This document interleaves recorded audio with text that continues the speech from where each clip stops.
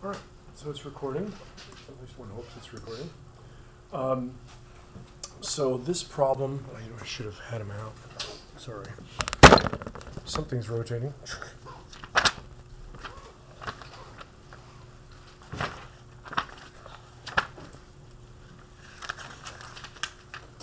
So let's see.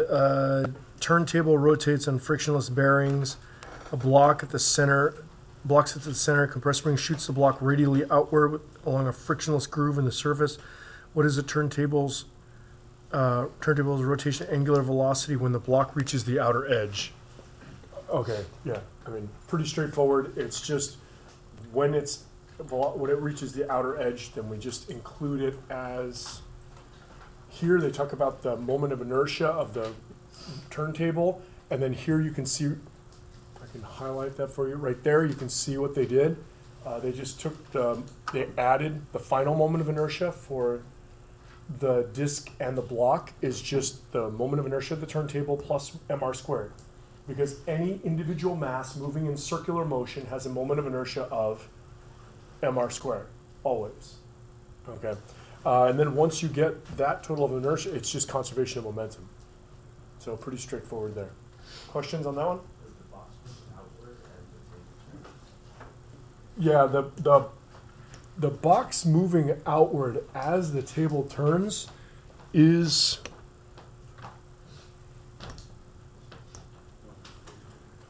so yeah, when we do this for this sliding, right, and that's just circular motion, then we just do the energy statements for those two and we're good.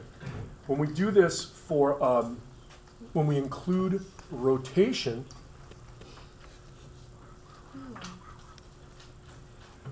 it doesn't become that much more onerous. We just see that down here we have our energy equation at the top of the loop. So they've said the top of the loop is going to have kinetic plus potential, which we already talked about. Then we're going to have the kinetic and the potential of the initial. Did it have initial velocity? No, I don't think so. so. Okay. So then here they've sussed that out. And this looks like. Yeah, so this right here is our initial, because there's no kinetic energy, that's our initial potential energy. And then this statement right here is our, yeah, thank you. The energy at the top of the loop, that's this right here, right? Everybody see that? And now, why are there two? That looks like kinetic energy twice. What's going on? Victor? Why has it got two terms right here?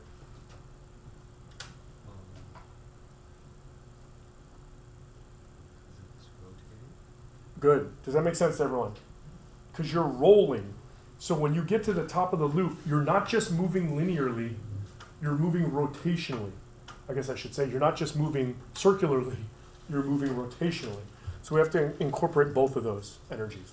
So all it is we just take this energy statement and right here, the one at the bottom, and add one more, which is 1/2 I omega squared. Right? That's all we have to do. And that, and then when we come down to our next step here, we can see we have 1/2 mg r minus r. Where did I get that from? Oh, okay.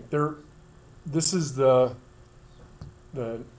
velocity at the top of the loop, and then this, the 2/5 right here, that's the moment of inertia of a sphere, and then this is omega. This piece right there is v squared.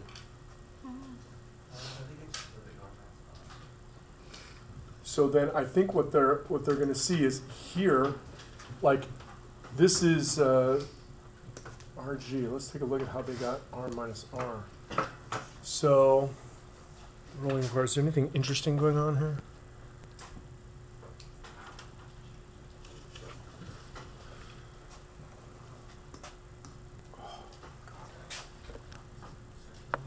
Okay. So the ball center's mass moves in a circle of this radius. Its highest position shows this.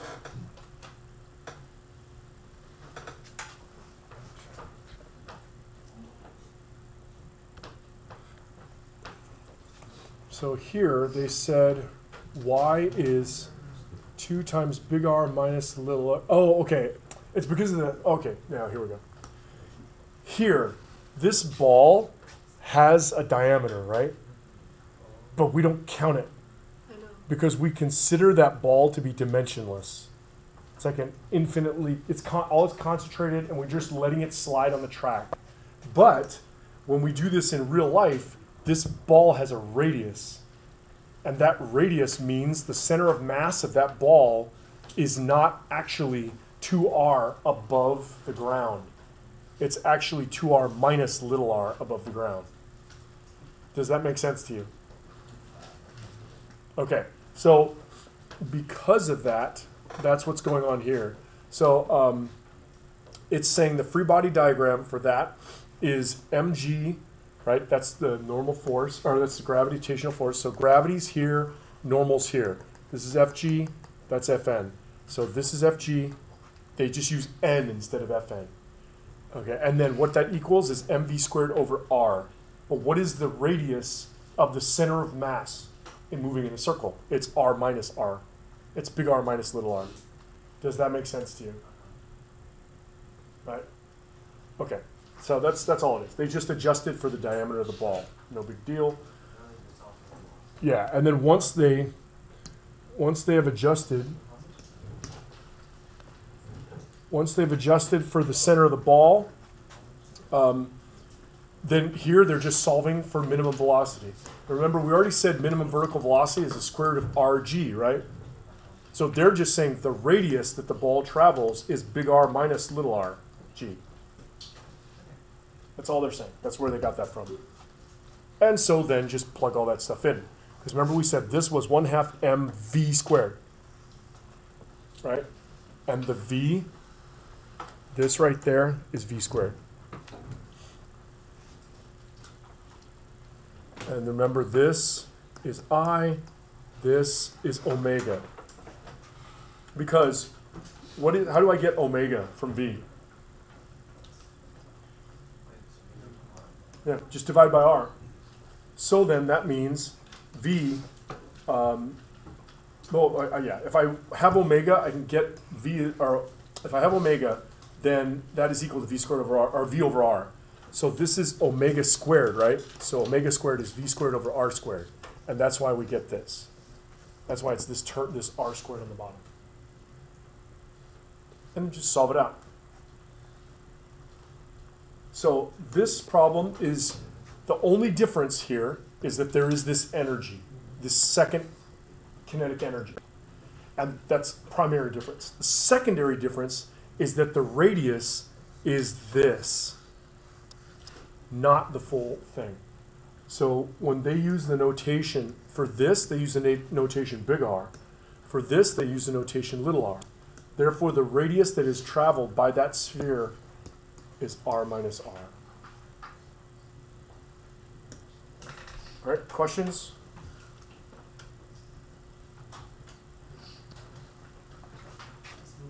Yeah.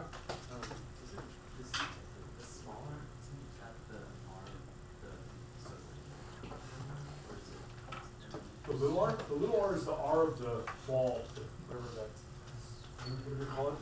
Oh, because like you do it as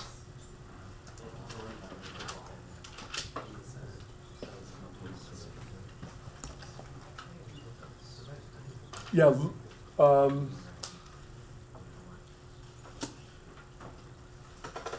Oh, yeah, sorry. This, you're right, very good. Let me show you what Paven is saying. Like this right there, that is little r. So then this right here is big R minus little r. Yeah, sorry. I drew this as little r for some reason. I thought that was how you explained it. Yeah, but they're subtracting the radius here. Just for some reason I drew it wrong. And we can see up here on this drawing, that's where they got this. See, that's what they're doing, this distance r, big R, minus the little r there. Okay, well, that should be enough of that.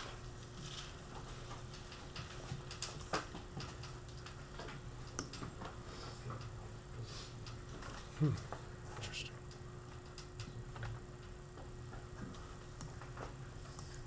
And I'm just going to talk through this kind of quickly, if you don't mind. So what we have is a ballistic pendulum. And remember, the key to ballistic pendulum, when we did this before, was first there is a collision, right, an inelastic collision. Then you do an energy problem. Do you remember this? First there was a collision problem, then there's an energy problem. This is no different. The only, well, I mean, in concept, the only detail that's different is there is a, there is a rotational mass of the rod holding the block. So when we do our momentum statement, instead of just saying mass of the bullet, velocity of the bullet equals mass of the bullet plus mass of the wood times velocity, instead of saying just that, or if I wrote this out, maybe like this would be the total plus mass of the wood, velocity total, there's a third part of this, and that is the mass of the rod, velocity total. Does that make sense? We have three things that are being moved: the bullet inside, the block, and the rod. Okay, so that is what they're doing here in this statement, conservation of momentum. So they're saying, or well, this is first of all the total moment of inertia, right? And then they're using the conservation of momentum statement.